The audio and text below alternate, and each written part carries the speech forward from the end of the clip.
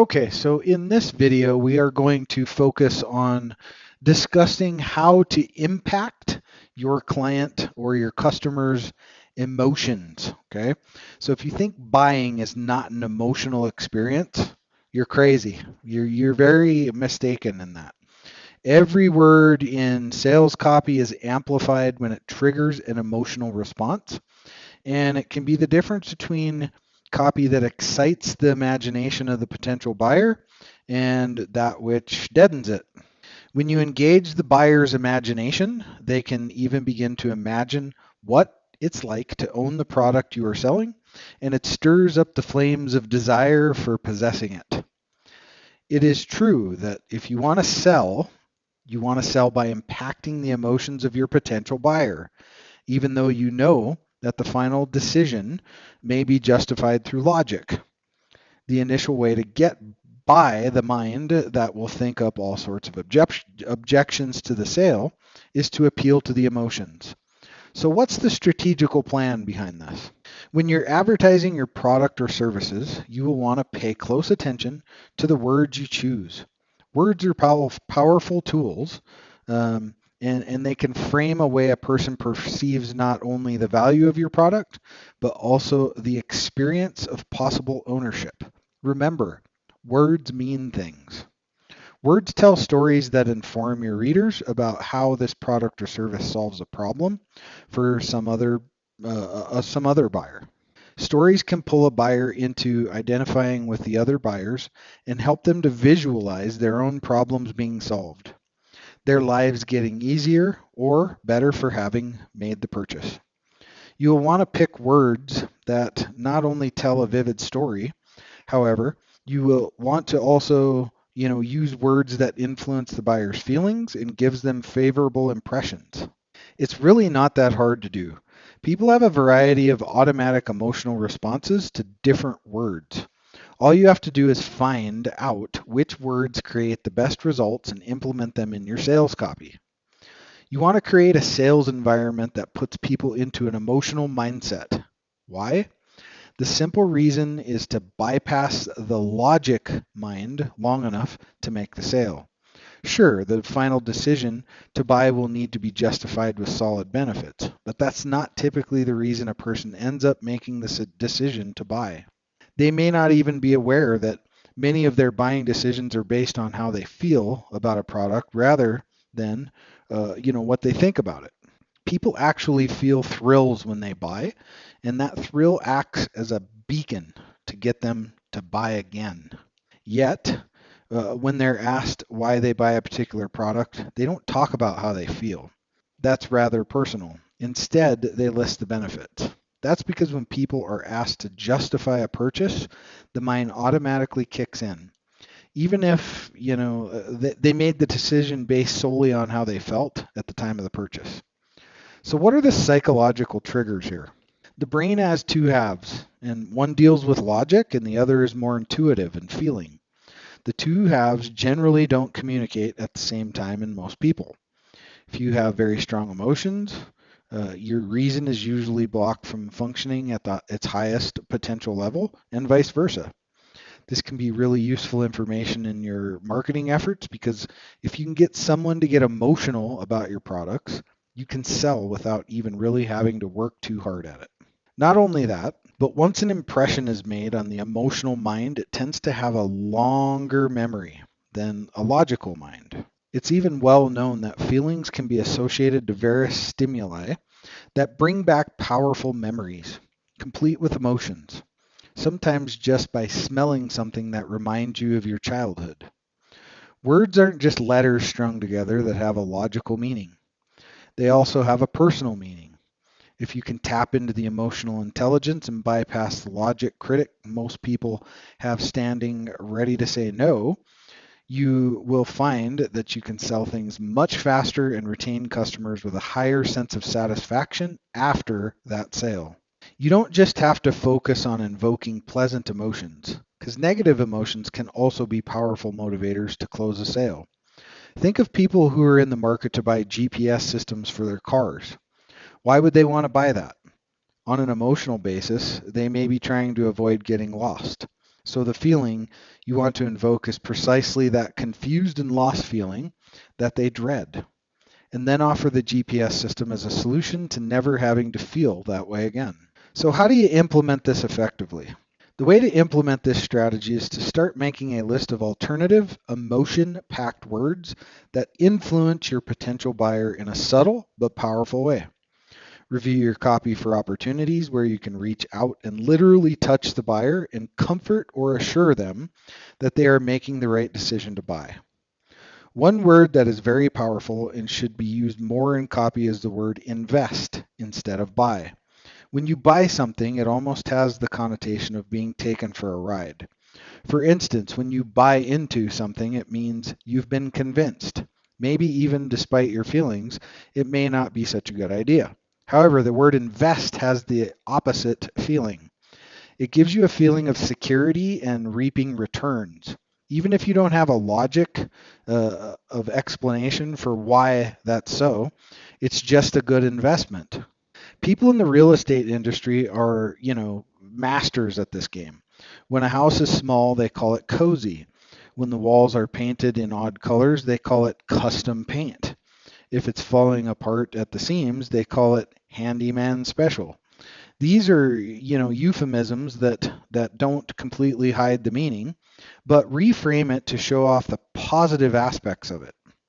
They plug into the emotional impact of the words. Cozy gives you the idea of warmth and being hugged by your mother. Custom paint is a term that can mean anything from a personalized mural complete with the kids' handprints to a mural vista of the French Riviera by a local artist. It's up to the person reading the ad to fill in the blanks, and normally they will fill them in with with whatever appeals to them. Handyman Special gives you an idea that it's a property that won't last long, being special, and that it only needs little fixes here and there. So, in saying this, pay attention to the choice of words that you use because it's important to implement this strategy. That can be done by pure trial and error or by looking up sales books to find which words carry a positive impact. There are many such words that you see in television ads, like the word, new, improved, easy, and more. Or you can just start to switch words here and there in your copy and see what impacts it makes, on your actual bottom line. The second way to implement this strategy is to bring out your inner drama queen. You want to be able to exude emotion and have that pour all over your sales copy.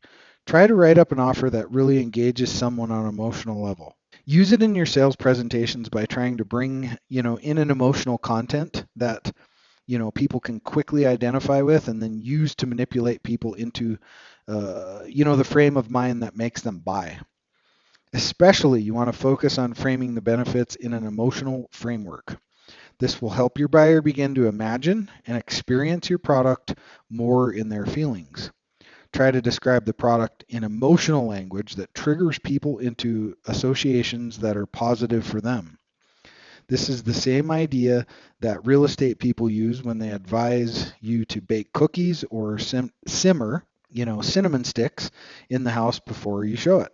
The scents pull in memories of mom baking in the kitchen and make the sale for you through subconscious emotional associations. Well, you can do the same thing with words and paint the picture of an emotional trigger for them to be able to visualize it better in their mind.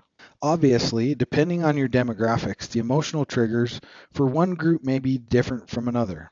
It's your job to figure out which emotional trigger will appeal to the people you are marketing to. If you are marketing to hurried working moms, then triggering the image of a crying babies and the phone ringing while the dinner's burning on the stove would sell anything that makes this scenario go away. It might be easy to make microwave meals. It can be an answering machine that shows you who is calling and whether it's important. It's not always going to be obvious how to associate the emotion to your product, but it should be relevant to your demographic.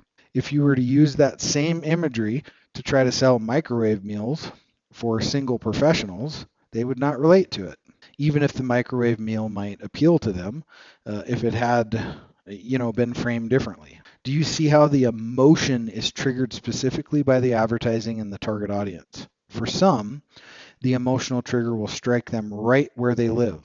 And for others, it simply leaves them cold.